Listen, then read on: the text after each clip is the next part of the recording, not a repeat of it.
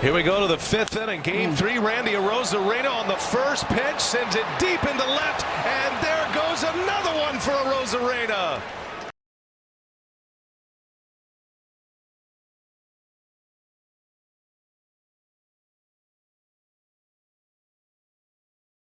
What's up, guys? Derek, moreplacemoredates.com. Today we are going to be talking about chicken and rice, which is our favorite topic. And it's kind of funny because anytime somebody has any kind of transformation or any article claims anything to do with some crazy muscle growth outcome, I pretty much get tagged. And at this point, the content just flowing to me. So it's pretty awesome. And it's all kind of just feeds the channel at this point where I can touch on some of the ridiculous shit that we see. So TampaBay.com, the Tampa Bay Times, published this article. It was a bit earlier in September, but one of my followers found it and sent it to me. Thought I would find it ridiculous like they did, and I did. The title of the article is "The Secret to Randy Arozarena's Rise with the Rays." I'm definitely butchering that. The rise with the Rays. His secret is chicken and rice. Ray's notebook. Rookie outfielder said COVID-19 quarantine led him to improve his diet, exercise more, and add 15 pounds of muscle. Not 15 pounds, 15 pounds of muscle. These claims from like deluded writers and athletes still get thrown around. It's just baffling how not aware of basic things that some of these people that are like professional athletes or coaches or people that write about sports, like how is it so obscure to know what a pound of muscle looks like on a body versus a pound of fat? It's vastly different. And for anyone to claim 15 pounds of muscle gain, it's like the difference between, you wouldn't even recognize that guy. That's like 2 years worth of steroid gains, to be honest. Like that's like 1/3 of most people's lifetime gains, even on like average genetic guys, even on gear. Like that's so fucking much. So you should see this guy should be like nearly unrecognizable by the end of the transformation, you would think. So he's claiming throughout quarantine, COVID-19 quarantine. So earlier this year, in the span of a handful of months at most, he claims stuck in his apartment in St. Petersburg by himself for a month, waiting to get over his case of COVID-19 and get the requisite negative test to rejoin his teammates. So apparently he had COVID-19 and he's embarking on a muscle growth phase for a month. Stuck in an apartment by himself for a month, waiting to get over his case of COVID-19 and get the requisite negative test to rejoin his teammates, new Rays outfielder Randy Arozarena figured he would make the best of it. He taught himself to cook, improving his usual diet with a healthy version of chicken and rice, and stuck to a regular exercise routine, including 300 push-ups a day, putting on about 15 pounds of, muscle. Fucking absurd. I was eating healthy and I was controlling what I was eating. Arozarena, a Cuban native, said Tuesday from Washington via team translator Manny Navarro. Aside from gaining mass, I also gained strength. I feel good playing at this weight.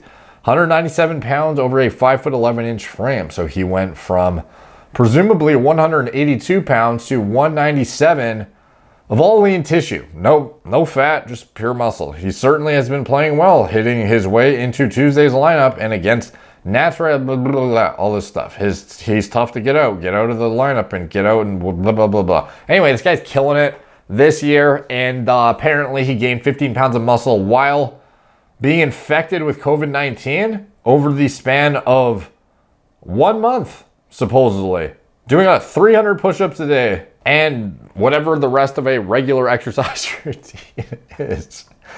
Like, fuck, dude. Like, it's just baffling to me how these claims are being made by people. Like, even 15 pounds of weight in general in that time span would be a lot, but 15 pounds of muscle, it's just hilarious how of all the descriptions to come up, it is, what's his secret? Chicken and rice. And it's like exactly what we all make fun of on this channel for all the celebrities that defer to the chicken and rice explanation for their expedited ridiculous 5-year progress in a matter of 6 months. Just bland, naked pieces of chicken and rice. Brown rice, grilled chicken. Boiled chicken breast every 2 hours. A lot of chicken breast. Chicken, broccoli, brown rice. Chicken breast and that kind of stuff. So just training constantly, eating just chicken breast, broccoli, and that is it. Yeah. So another article, how did a Rays rookie start hitting like Ted Williams? Randy Arozarena was relatively anonymous heading into the postseason, but is suddenly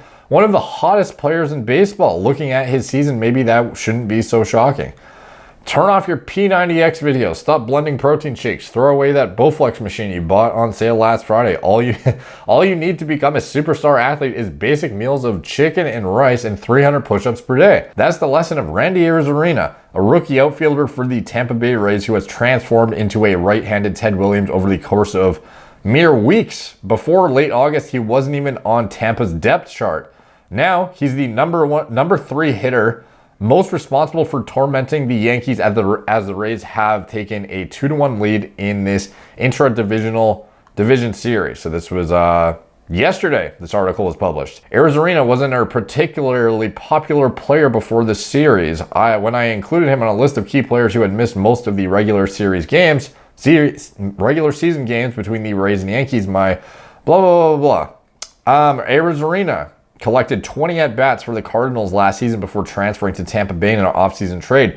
The now 25-year-old Cuban outfielder wasn't even the centerpiece of that deal. And then the pandemic struck and Arozarena caught a case of COVID-19, removing him further from the Rays' immediate radar.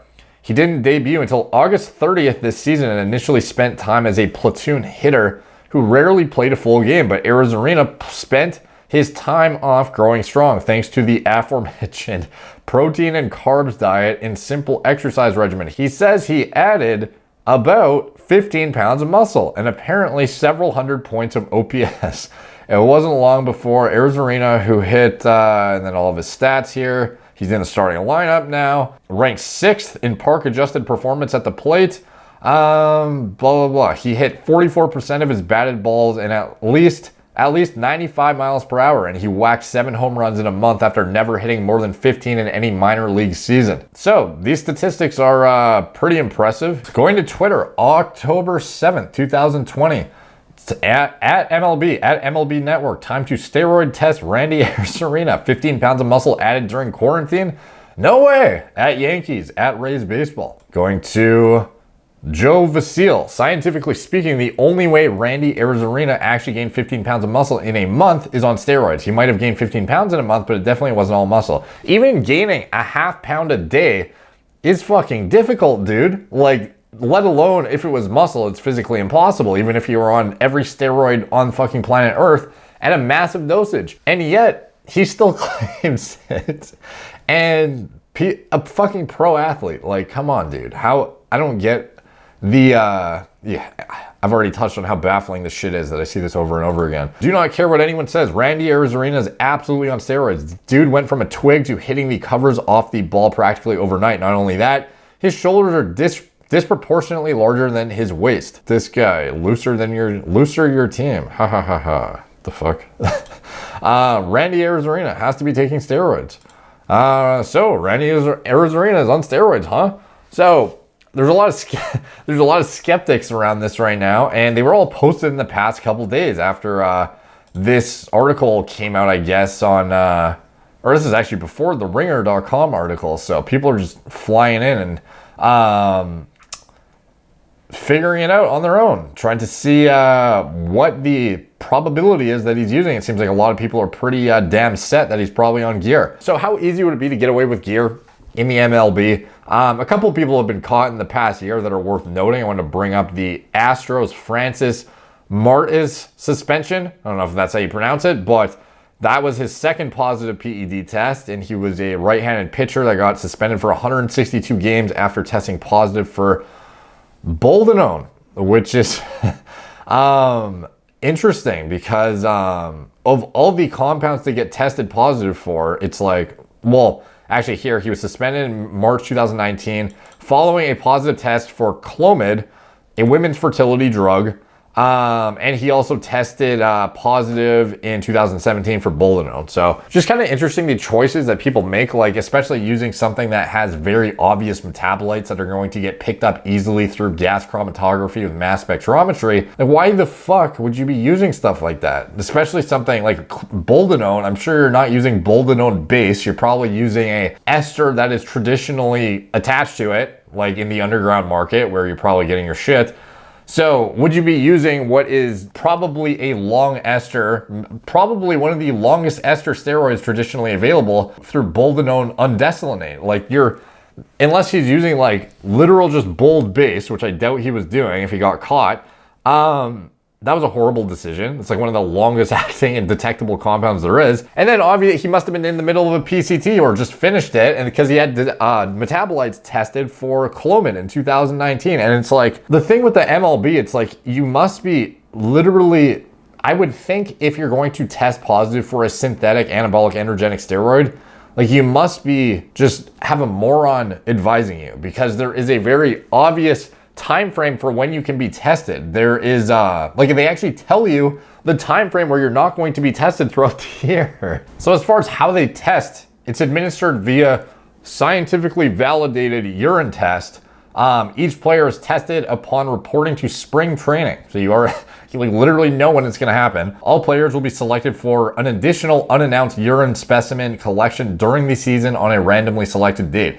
So you're getting tested like barely at all, and you know that before you go to spring training, you have this giant window behind you where you can blast your face off as long as you clear it out of your system in time. So going into another one, Edgar Santana gets a 80-game PED ban. This was June 29, 2020, this article came out. Pittsburgh Pirates relief pitcher Edgar Santana has been suspended for 80 games for violating MLB's performance-enhancing drug policy. MLB announced Sunday that Santana tested positive for boldenone, an anabolic steroid often used to increase muscle mass and strength. The Pirates are disappointed to learn of today's news that Edgar Santana has received an 80-game suspension as a result of a violation of MLB Joint Drug Prevention and Treatment Program. The MLB season was suspended in mid-March due to coronavirus pandemic, but is to resume July 23rd, 24th. The shortened season would only include blah, blah, blah. So, like, maybe these guys are like, thought during quarantine they could just run whatever because they had an extra long time frame to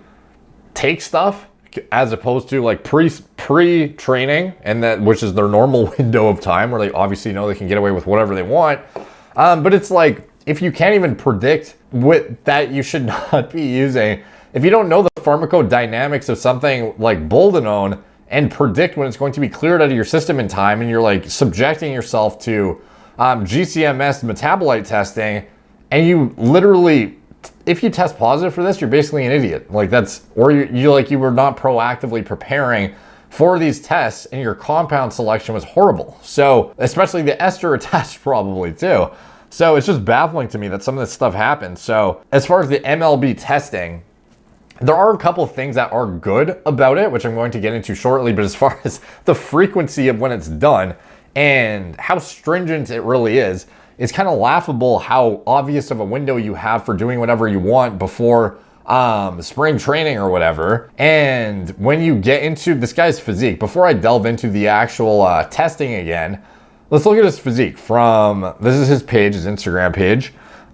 It's not like he has a lot of physique shots, but this was him August 19th, 2019. August 19th, 2019. He looks, somewhat beefy. Here he is, October 30th, 2019.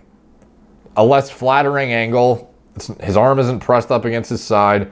He looks maybe even smaller in October 30th. Here, April 4th. Maybe a bit of muscle. He has a pretty tight shirt on, but doesn't look a whole lot different.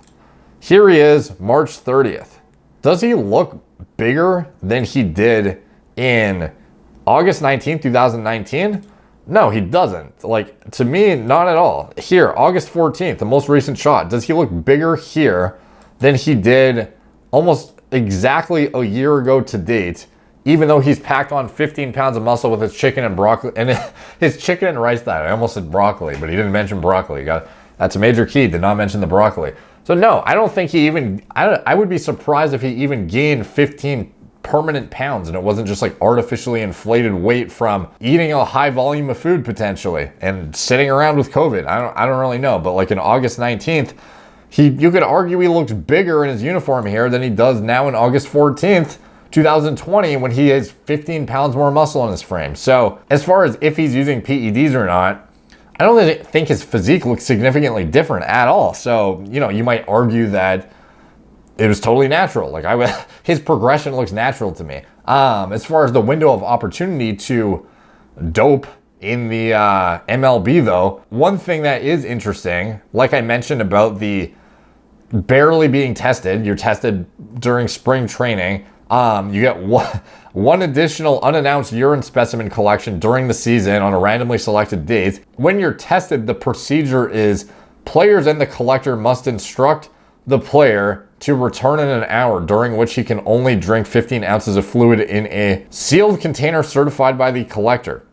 Like, it doesn't seem too strict, dude. It seems very infrequent. It seems like there's a giant window where they're basically telling you to sauce during the off season. And even when you do get randomly tested, it doesn't seem like the guy is pretty much like following you to watch what you're doing. It seems like you have a pretty big window to get away with a decent amount. Above and beyond that though, like it said, any test conducted under the program will be considered positive under the following circumstances. If any substance identified in the test results meet the level set forth below, a player refuses without good cause, fails to take a test, or refuses to cooperate with the testing process. A player attempts to substitute, dilute, mask, or adulterate a specimen sample, or in any other manner alter a test. So a test is considered positive if a sufficient amount of steroid is present, except the presence of nandrolone, which is considered positive only if the level exceeds 2 nanograms per milliliter. However, we all know what they are using to detect testosterone. It's the testosterone to epitestosterone ratio. They use a 4-to-1 cutoff. So you have a lot of leeway in that. The thing that is interesting though,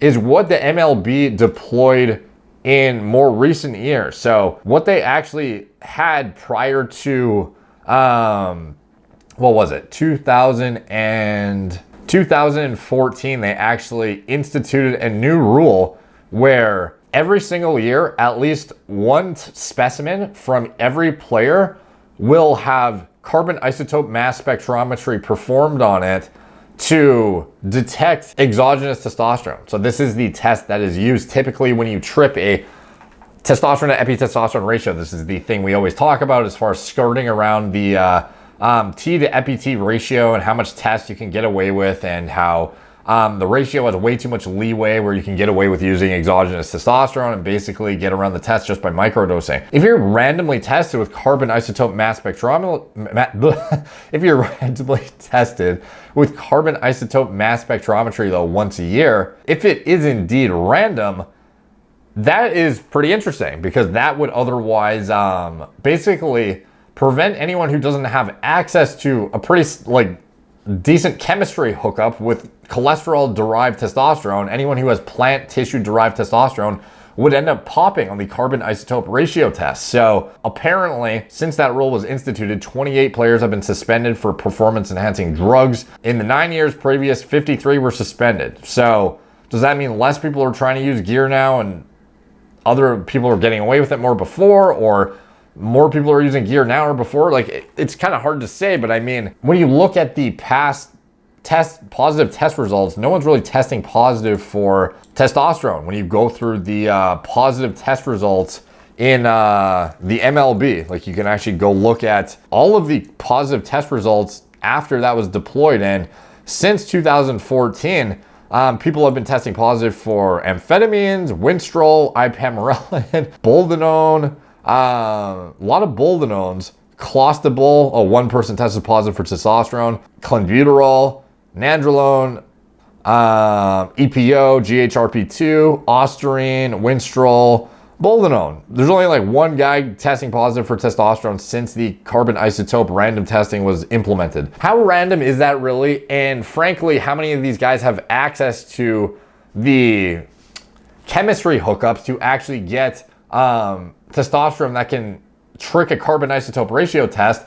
I guess it's like they're top athletes. I would assume they have access to it, but then again, these are the same athletes that are using shit like Winstrol and boldenone notably being the dumbest one, in the way too close to their testing window. So obviously some of them have dumb trainers. Obviously some of them have smart trainers probably, because none of them are testing positive for testosterone, and that is supposedly what's being randomly tested for. So as far as, like, that was honestly impressive to me, at least, that they have a random test every year that they're going to spend a decent amount of money on to ensure that it is thoroughly tested, not only through GCMS, but as well through carbon isotope ratio testing for synthetic testosterone. But again, you know, if you're going to, there's only so much you can do when you're testing for synthetic testosterone, when you could otherwise just be microdosing, as well as deploying, like I said, if you had some sort of chemistry hookup, which a lot of these guys presumably should have, you can still get away with it with relative ease based on the frequency of these tests. It would be a bit different if people were getting carbon isotope ratio testing like very, very frequently, but it sounds like it's once a season randomly, and there's no, like, it would be pretty easy to circumvent, to be honest. So as far as if this guy's on gear or not, like, frankly, it doesn't look like his physique has gained even 5 pounds of muscle since last year. So I feel like I would be pushing it by assuming that this guy's on gear. Like, granted, microdosing, it's not like you're going to have some significant muscle growth outcome visibly. Like, there's tons of guys in the MLB that use gear and didn't look like they took gear. And this could certainly be the case. And the uptick in his performance lately is definitely suspect. So I'm not going to put it off the table. Just as far as looking at his body composition transformation, though, there's nothing reflective of steroid use, like, blatantly. His performance, however, maybe. So I'm not going to put it off the table. I think there's certainly a high likelihood that it is in play. But again, for somebody who doesn't even know what 15 pounds of muscle looks like, do you really think he's using cholesterol-derived testosterone and microdosing it? I don't know. I guess he might have a very smart trainer who's running his training camp or whatever, but you never know. It's certainly possible that he's using something. I don't know if he's, like, a big enough star to have access to that kind of stuff, though. Because he's like, I don't know, 14,000 followers on Instagram. He's a rookie, literally just starting to show that he's, worth his, whatever the saying is, worth his salt or whatever the fuck it's called, where he's performing well. So, I don't know. Would he have access to that kind of pharmacology? I have no idea. So, I'm leaning towards Natty.